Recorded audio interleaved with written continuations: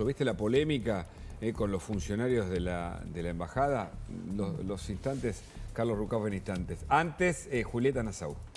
Bueno, vamos a hablar del tema del tsunami, ya lo veníamos hablando. Un recuerdo, la verdad, muy doloroso por la cantidad de víctimas. Más de 220.000 personas murieron hace exactamente 20 años, el 26 de diciembre de 2004, cuando un terremoto de más de 9 puntos de magnitud, un terremoto realmente muy potente, ahí estamos viendo algunos datos, que fue frente a la costa de Sumatra, en Indonesia, generó este tsunami que afectó a más de 10 países y hubo 226.408 muertos. Esto Tremendo, según... El dato es un dato realmente muy fuerte, y esto es una página que sigue todos los desastres naturales y da un número más preciso después de años y años en los que siempre se manejó un número muy, muy alto, pero no con tanta precisión.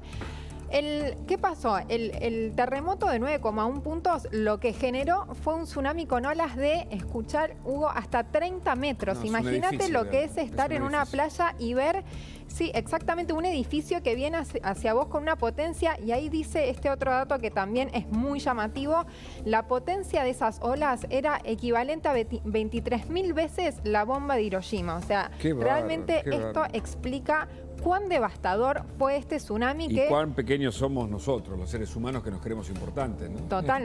Totalmente. Es que realmente ahí te das cuenta la fuerza de la naturaleza. Ahí vemos también las olas alcanzaron los 800 kilómetros por hora. Es decir, el doble de un tren de alta velocidad. Imagínate la potencia.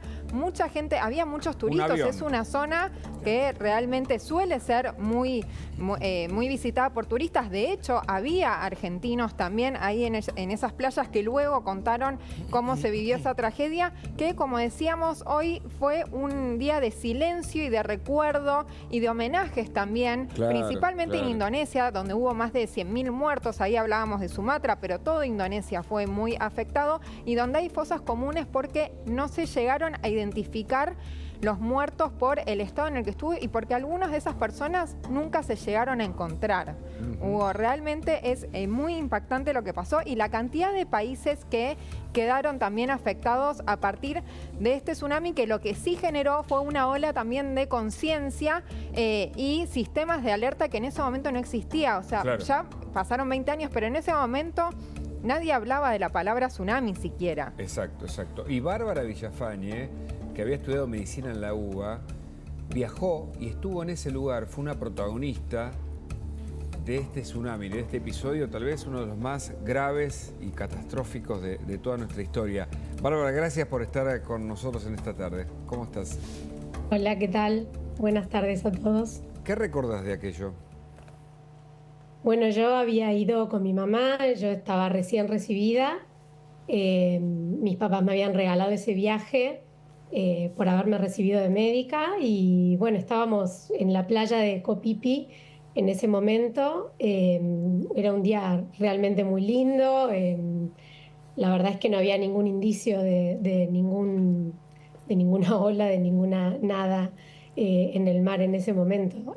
Así que fue la verdad rarísimo para nosotros todo lo que sucedió. O sea, ¿cómo llegaste a escapar? Porque la cifra de muertos fue altísima y todos los que estaban ahí cerca perecieron. Sí, la verdad es que nosotros estábamos en un sector de la isla en donde, por suerte, la ola no fue, no fue el impacto directo sobre ese lado de la isla, sino que fue como un rebote de la ola. Entonces, no nos afectó tanto. Además, en ese momento justo estábamos haciendo las valijas, justo con mi mamá nos teníamos que ir a otro lugar. Nosotros íbamos a viajar justo en ese horario a otra isla, a Phuket, y decidimos, como el día estaba tan lindo, quedarnos más tiempo. Entonces dijimos, bueno, vamos a hacer las valijas mientras tanto. Entonces no estábamos en la playa en ese momento justo, y tal vez por eso no nos pasó nada. Un milagro. Pero bueno, eso también. Bárbara, ¿cómo estás? ¿Cómo recordás? Bueno, estamos hablando de algo que pasó hace 20 años, por supuesto, a nivel telecomunicaciones era otra historia. Sí, claro. En una nota vos contabas que fuiste al lobby del hotel a llamar a tu papá, a avisarle que estaba todo bien. Acá todavía era de madrugada, él mucho no entendía lo que pasaba y que después se cortaron las comunicaciones. En ese contexto, ¿cómo te llegaba a vos la información? ¿Cómo mantuviste el contacto acá? No, la realidad es que en el momento no sabíamos la magnitud para nada, no teníamos la menor idea de lo que pasaba y fue solamente al ver, digamos, la gente lastimada y demás, dijimos, bueno, avisemos por las dudas que salga en la televisión. O sea, en ese momento pensemos que eran 20 años atrás, o sea, las comunicaciones no eran lo mismo que ahora.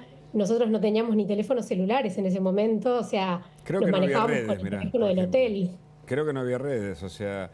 No, no, tal ¿no? cual. Si había, no era lo más común hablar por redes. Sí recordamos de todas estas imágenes porque nos impactó y fue muy fuerte. ¿Y qué pasó después? ¿Cómo hicieron para salir? En fin. No, la verdad es que en ese momento no salimos ese día para nada. De hecho, nos quedamos ayudando a toda la gente herida y lastimada que aparecía, que venía del otro lado de la isla. Del otro lado había sido muchísimo peor y empezaron a llegar todas las personas lastimadas, heridas y bueno, con otra gente que, digamos, que estaba bien. Empezamos a colaborar y a tratar como de solucionar algunos problemas dentro de digamos, los primeros auxilios que podíamos darle hasta que vinieran los helicópteros y se llevaran a las personas que estaban más heridas y ¿Cómo en fue peor eso, estado. Bárbara? Vos estabas recién recibida justamente de medicina, entiendo que te juntaste con otros médicos también que justo habías conocido también. ¿Con qué instrumentos contaban? ¿Cómo fue que lograron instalar como una sala de emergencia de alguna manera? ¿Y en qué estado recibieron a las personas afectadas por el tsunami? Sí, la verdad es que yo estaba recién recibida, yo hacía guardias en un hospital de provincia, entonces tenía como un manejo de lo que era la urgencia y bueno, teníamos un botiquín y yo había conocido a otros médicos en una excursión el día previo y justo Mirá, me los encontré ahí en el lobby del hotel y entre todos empezamos a poner como colchonetas, qué bárbaro. las cosas del spa que había ahí en ese lugar y empezamos a como ordenar a los pacientes, a hacer una especie de triage de quiénes eran los más heridos y quiénes Claro, los claro, menos. claro. Y tratar de, bueno, con lo mínimo que teníamos, tratar de poder solucionar los primeros auxilios más que nada. Y cuando bajó la ola, ¿qué se veía en esas calles? Me imagino, ¿no? Desastre, sí, sí, todo devastado, los árboles, las casas, sobre todo lo que estaba más cerca de la orilla, todo destruido, ¿Qué todo recordás a destruido. nivel médico? Algo, bueno, vos si bien tenías experiencia, eras una médica que todavía no había vivido muchas experiencias, ¿recordás alguna escena o algo que hayas, o alguna persona a la que hayas tenido que tratar que realmente te impresionó, que obviamente, dado el contexto, lo afrontaste de todas maneras? Sí, sí, uno de los que trabajaban ahí en la zona vino con una herida muy grande, una herida cortante en la cabeza, en el cuero cabelludo, que bueno, lo que hice fue suturarlo en el momento. Eh, yo Perdón, ¿tenías tenía un elementos para botiquín, suturar? Tenías un botiquín, dijiste. Ah, sí, sí. sí, en esa época, o sea, en ese momento yo estaba recién recibida y bueno, como todo médico que recién empieza, por ahí cree que puede hacer más cosas de las que en realidad puede hacer después. Yo ahora no me llevo nada si me voy de viaje, pero en ese momento sí. Entonces en el botiquín tenía elementos de sutura, tenía anestésicos y bueno, nada, en ese momento sí, lo suturé. Y bueno, nada, lo vendamos como pudimos para que se lo llevaran a un centro de mayor complejidad, obviamente. Bárbara, ¿qué tal? Paula Rossi te saluda acá. Escuchaba tu relato. ¿En ese momento tomaron dimensión de la gravedad de lo que estaba pasando? No, en ese momento no, para nada. La realidad es que cuando tomamos dimensión fue cuando empezamos a ver las imágenes. Eso, ¿qué te pasó Eh, cuando viste las imágenes de esas olas, de todo eso que pasaba, de eso que arrasó Sí, kilómetros y no, recién kilómetros? ahí empezamos a darnos cuenta de qué es lo que había pasado, que había sido mucho más extenso que Tailandia, digamos. O sea, nosotros pensamos que había sido solo ahí, no teníamos ni idea de lo que había pasado en el resto del mundo, hasta que empezamos a ver, bueno, las imágenes del resto del mundo, de las islas incluso algunas islas desaparecieron. Ah, mirá. Sí, sí. ¿Y cuándo pudiste Y bueno, volverte la para Argentina? gravedad de los otros países. ¿Cuándo pudiste volverte? Yo me volví a los 2 días. Ajá. Y bueno, y nada, y después también en el avión de vuelta, en ese momento nosotros, había vuelos una vez por semana a Buenos Aires, no es que había como ahora vuelos más seguidos. Claro. Este, y con los argentinos que nos volvimos, había una pareja, me acuerdo, que no volvía con nada, volvía como estaban. O sea, la chica venía con la bikini, la pollerita y la remerita que tenía puesta, y el chico lo mismo, el traje de baño y una remera. ¿Y pudiste ver cómo la ola arrasó cerca tuyo o eso? Nosotros sí vimos el agua Ajá, subir, pero ajá. estábamos como más lejos de la orilla, por suerte, porque la verdad es que si no, no sé si la contábamos. Claro, claro. Y cuando llegamos a la orilla, y sí vimos todo destrozado, el agua y demás. Y Pero hay algo muy interesante también que vos contaste sobre el espíritu que se vivía también ahí en Tailandia, que es sobre el día siguiente del tsunami, que a pesar de toda la devastación y la destrucción, que en el hotel se vivía todavía un clima de mucha hospitalidad, casi como tratar de mirar hacia adelante. ¿Cómo recordas ese día después?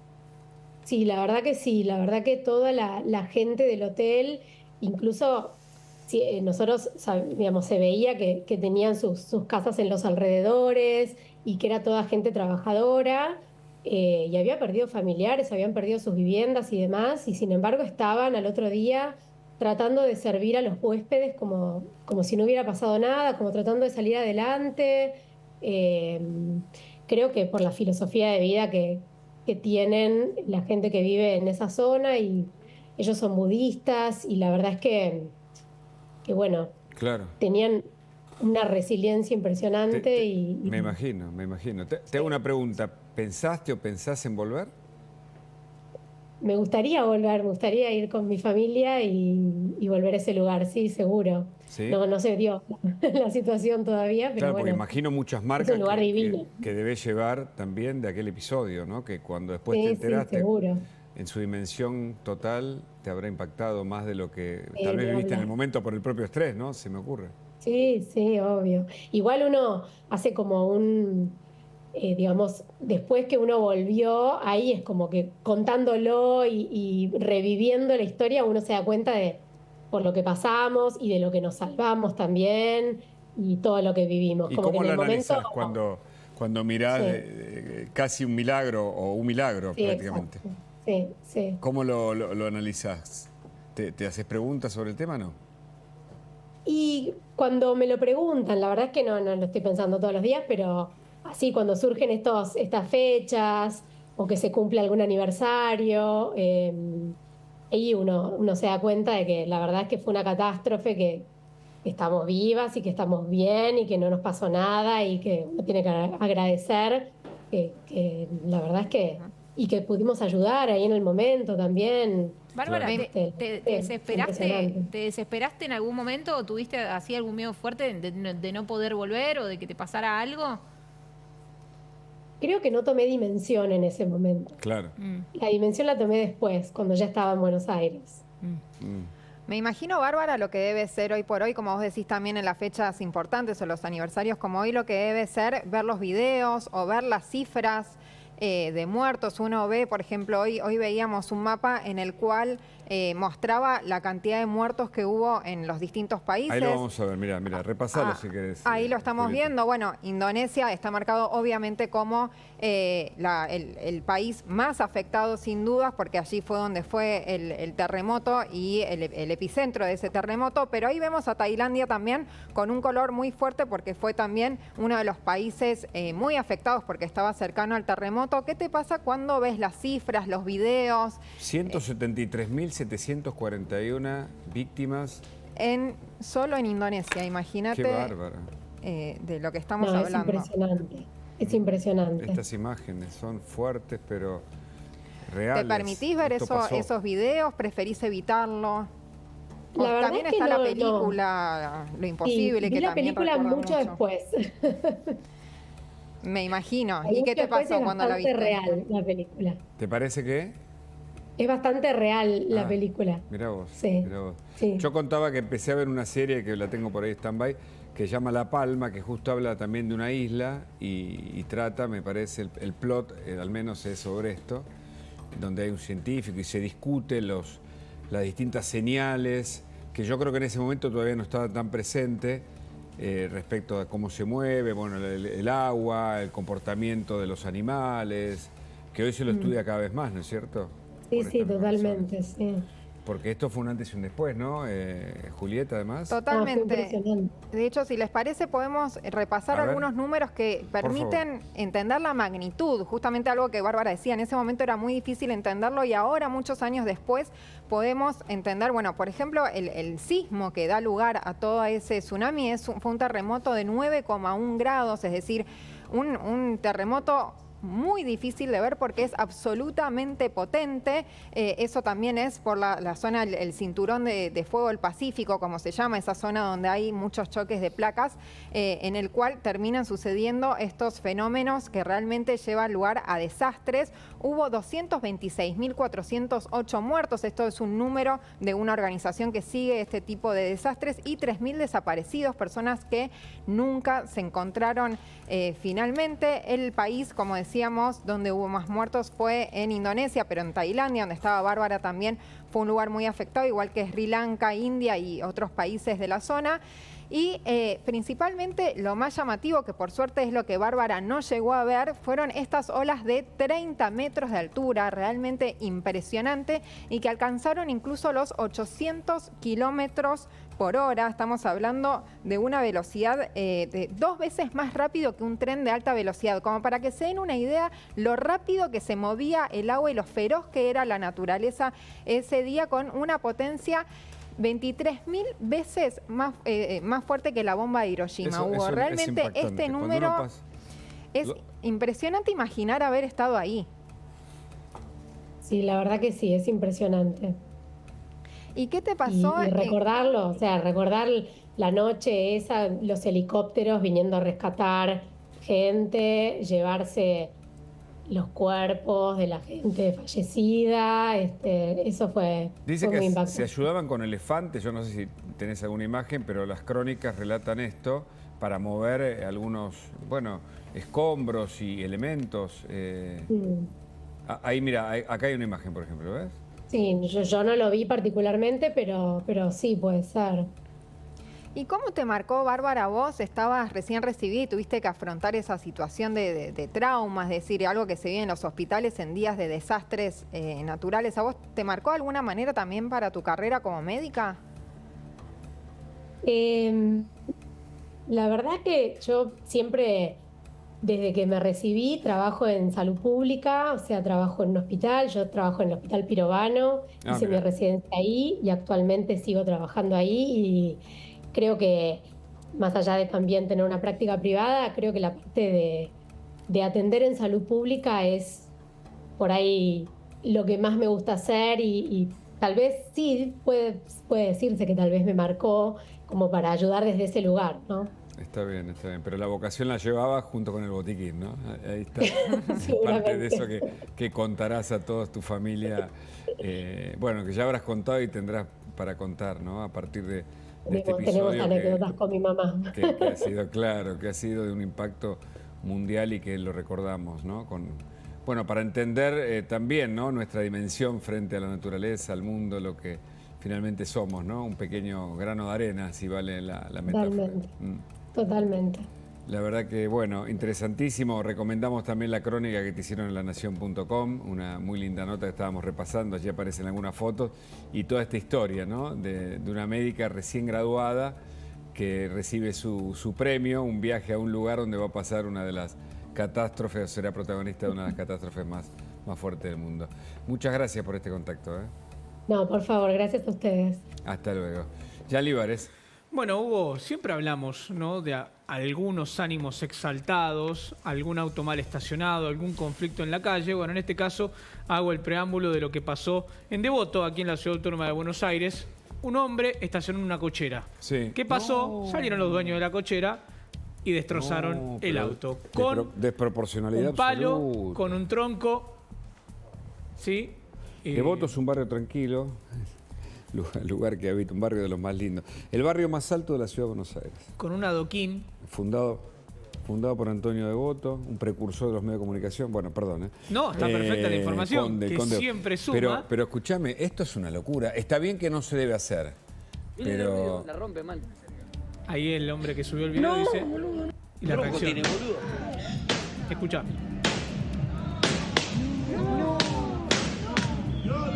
A ver, yo me pregunto, Hugo, ¿se podrá haber equivocado esa persona? Porque lo dejó y se fue. O sea, no es que puso balizas, Pero voy a comprar y vuelvo rápido. No podemos saber si hay una bajada ahí, por ejemplo, una salida de Eso garage. es una cochera. Ah, es una cochera. Estacionó una, por eso digo... Bueno. Nadie que tenga un registro puede ignorar, nadie puede alegar su propia torpeza. Fue una distracción. La rompe mal. Bueno, una escena de relatos salvajes, en este caso... Qué bárbaro, hay que estar más tranquilo, realmente lo que vivimos, lo que vimos en la acabamos matanza, de contar de Loma del Mirador. Y estos episodios, bueno, en su momento la película expresa lo que puede pasar con un momento de ira. Hay que estar más tranquilo porque esto puede ser... A ver, respondió de otro modo. Puede ponerse un cartel, puede llamarse a la grúa, puede llamarse a la policía. Hay formas en que puede resolverse y no cometiendo un delito, porque acá están registrados quienes rompen esto y están cometiendo delitos. O sea que, fíjate... Tenés la infracción de tránsito de la persona que deja ese auto en la cochera. Esta gente, esta familia, se ve que quería sacar su vehículo de su domicilio. Sí. Obviamente no podía. Ahora, a lo que me pregunto es... ¿Cuánto tiempo habrá pasado entre que tratás de localizar al dueño, vos como persona damnificada, y esa reacción de tomar un tronco, como se ve, tomar un fierro, destrozar todos los cristales del auto? Correcto. ¿Sí? Después